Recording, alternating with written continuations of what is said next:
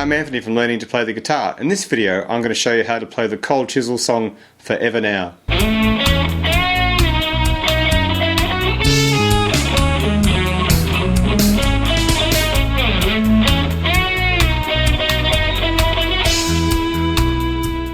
While there are some other lessons about the song on YouTube, none of them have really addressed one little part of the third solo correctly, and none of them have really covered what Ian Moss plays as a rhythm guitar player in the introduction of the song and the verses and the chorus. So in this song I'm going to get into all those little details. So I hope you have fun learning this great Aussie classic.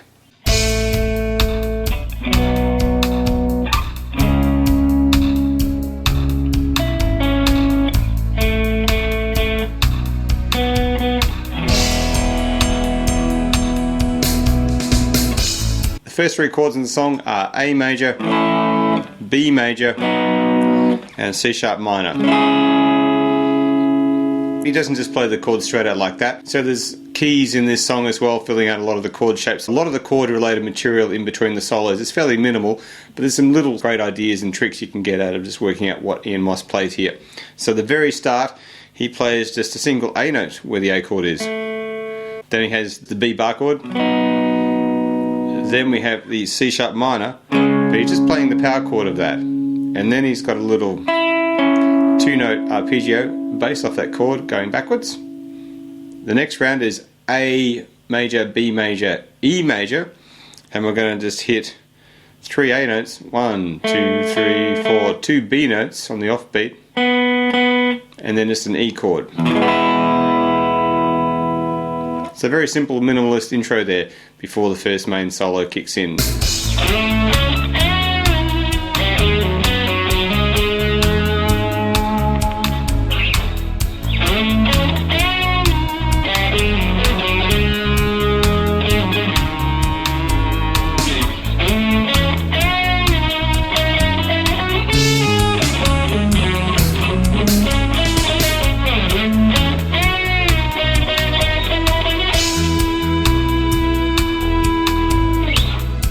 So the main melody solo used at the start of the song, and there's a variation of that in the middle, is based around the E major scale. So this song is in the key of E major. Most of the notes will be based around this pattern. Here's the main melody hook at the start of the tune.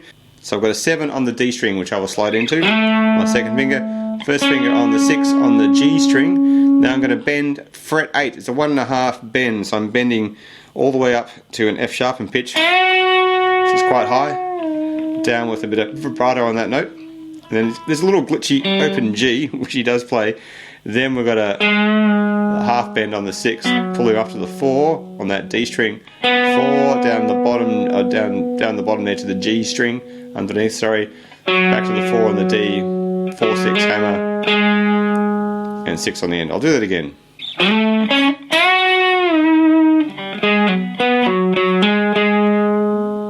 So that's the main little melody there, 4s and 6s, all dancing around notes of the E major scale.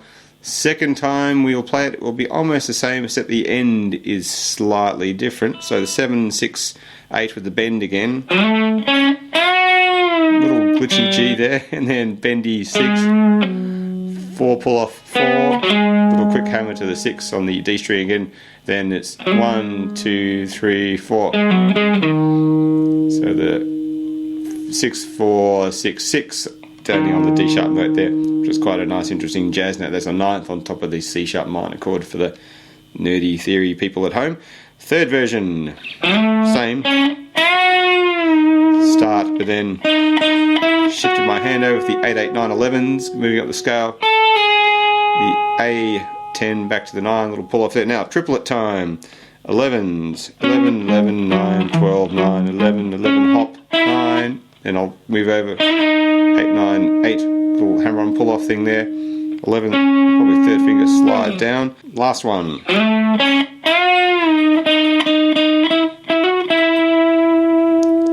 Little triplets there as it moves up for the 9, 11, 9. And that note there is an E going home to the home chord of E going into the verse.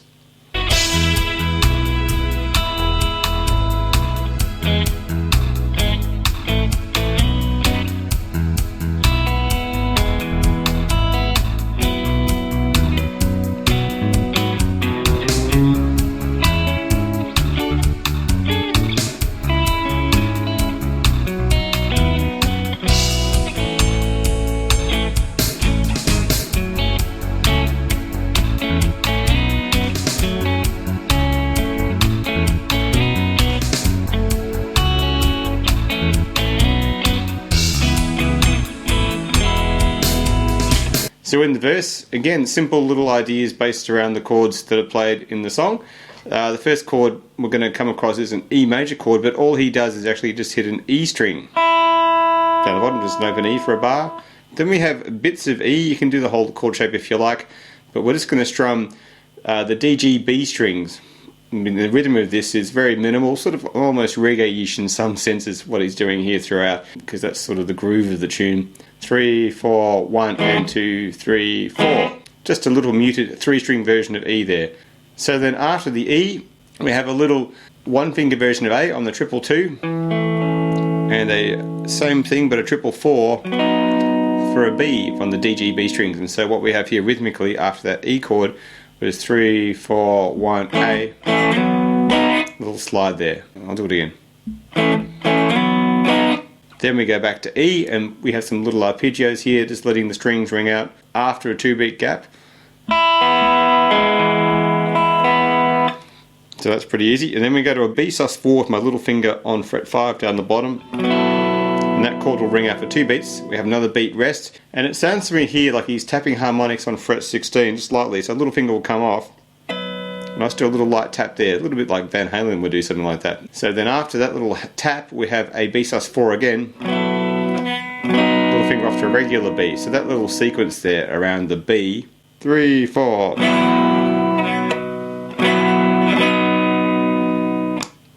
So that little thing, and then we have this little slide up, 2, 3, 4 to a C sharp note, and then that's forming the C sharp minor bar chord, little 2-note arpeggio like he did back near the intro. Then we've got to go to a D, little higher version of D on the offbeat, and then on the offbeat leading into the beat 4 of the bar, we have my little finger here, 13 pulling off to the 11 on the G string. So sort of a sharp 4, I suppose.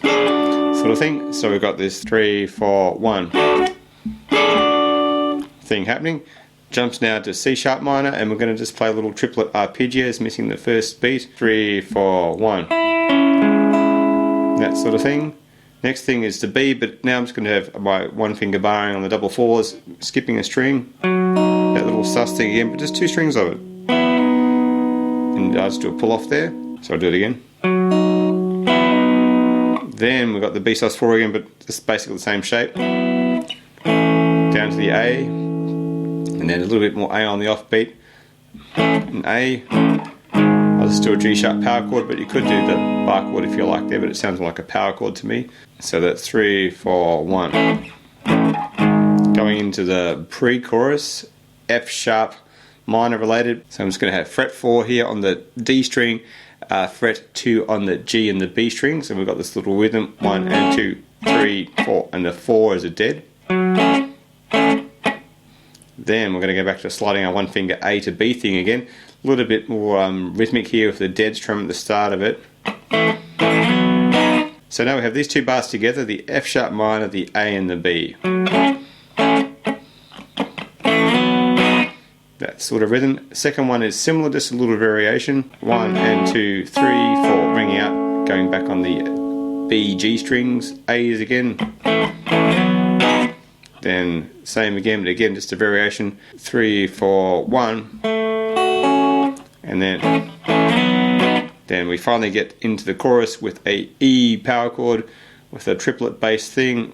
I'm missing the 1 again. 3, 4, 1. That there's an E sus4, my little finger, and take them off for regular E. I'll do that one more time, and that takes us into the chorus. 3, 4, 1.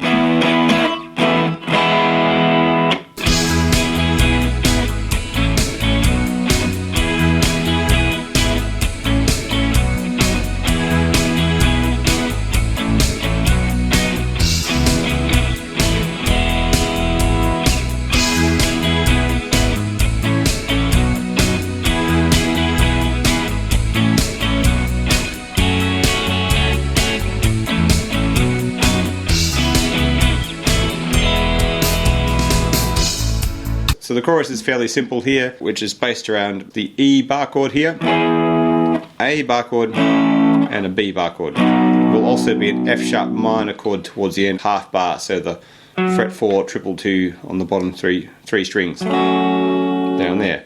So the rhythm, 3, 4. Down, down, down, up. I'm doing a little slide too from the A to the B, so I'll do it a bit slower. A, slide, strum, onto the B. So there's that. That basically goes around 3 times, and then we get back to that which we had going into the chorus. Then it goes back to the EABs 2 more times, and after that, in this first chorus anyway, we go to the F sharp minor shape, the 4-2-2. Again, because of the offbeat sort of reggae factor behind this song, I'm going to go up, up, down, down on this chord. 3, 4, 1.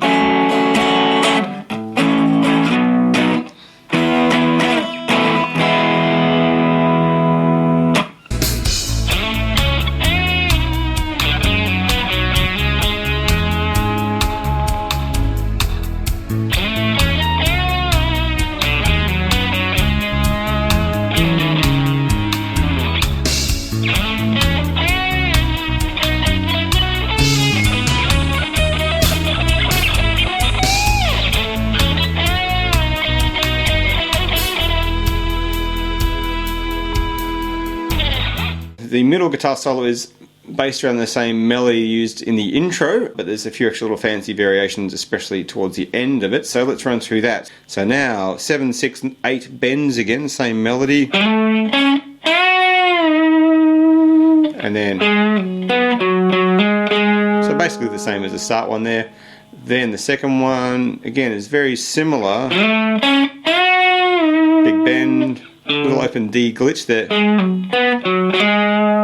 and a little 4/6 hammer, then gets down to that D sharp note, but just a different way down the scale. Then this one's the fancy one coming up, so starts the same, then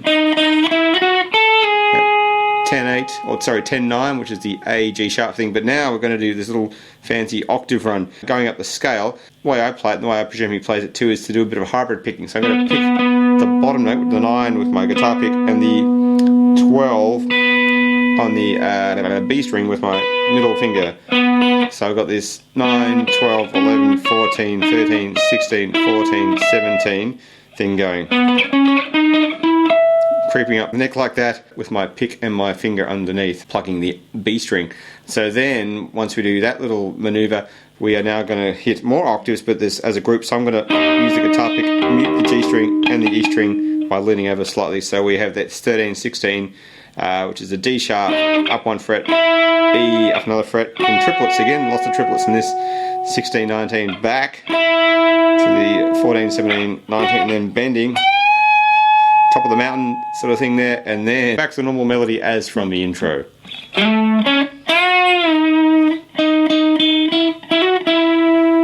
Yeah, more little triplets there, and again ending on the E, going back to the E chord, back into verse 2. So that goes round. We have another verse and another chorus. In the second verse, there's not so much guitar, it's a bit more just keyboard based. So he does little other variations in verse 2, but it's very similar to verse 1, so I won't worry about getting into the details of that. So then, obviously, there's a second chorus leading into the big final showdown solo at the end.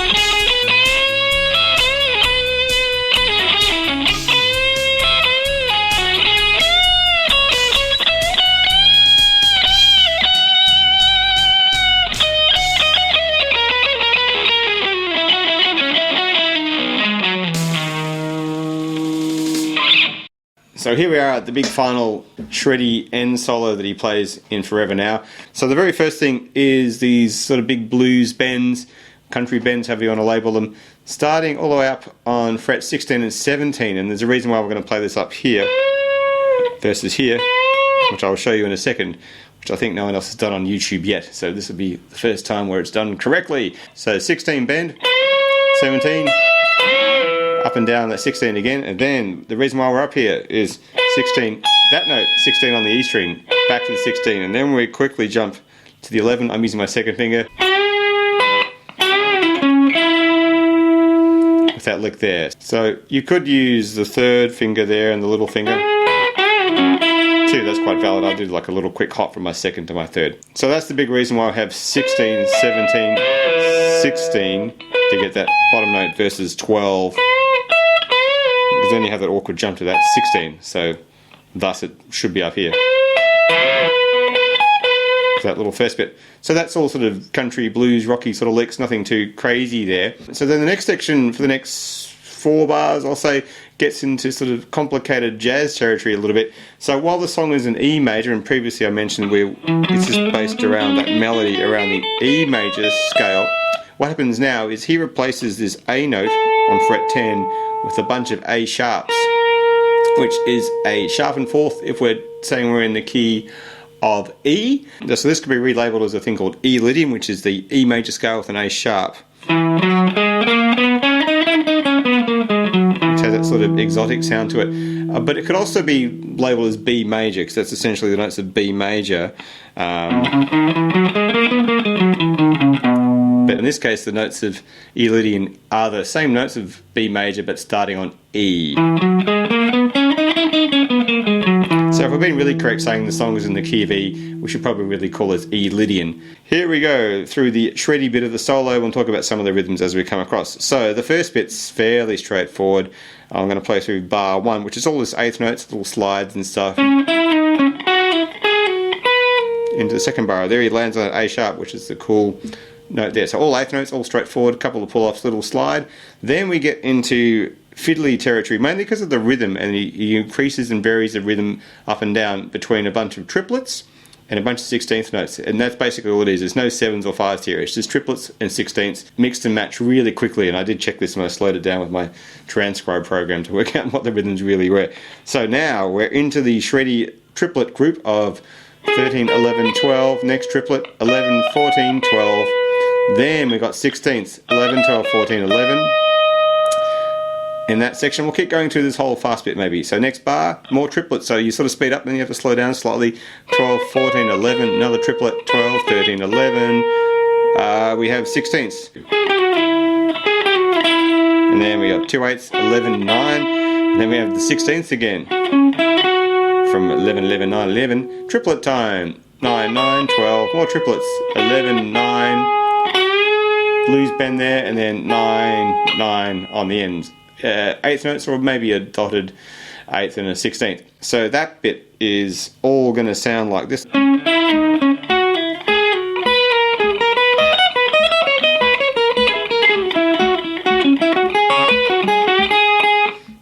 Simple, eh? One more time.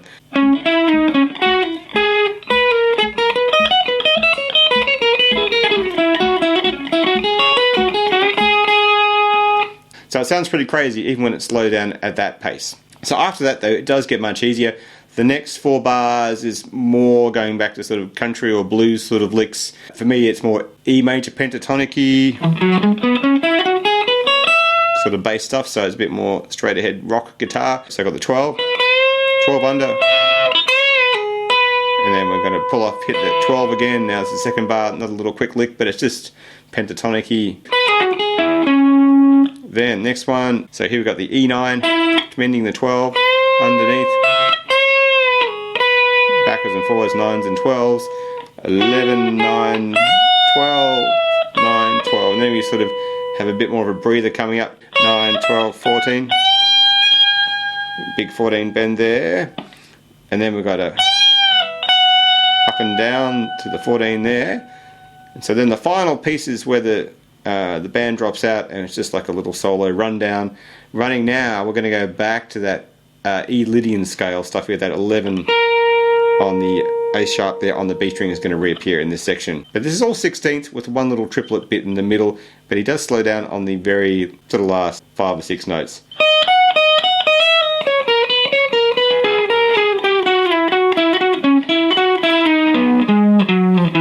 And I'll slide my finger down to that 6 on the end, which is the D sharp. So very jazzy ending, and that's sitting on top of the C sharp minor chord. So it doesn't actually resolve to the E, it sits on the C sharp minor, which would be the minor 6 chord of the key of E major.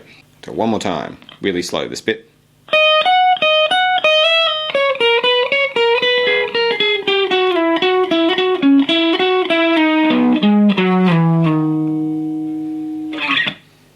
So have fun learning this great song from Cold Chisel and these cool licks from Ian Moss, who was one of the most underrated guitarists in rock history. Subscribe to the Learning to Play the Guitar YouTube channel for more lessons, and don't forget to click on the bell to receive notifications when I upload a new video. You can also check out my books and more lessons at my website learningtoplaytheguitar.net. Thanks for watching and keep practicing.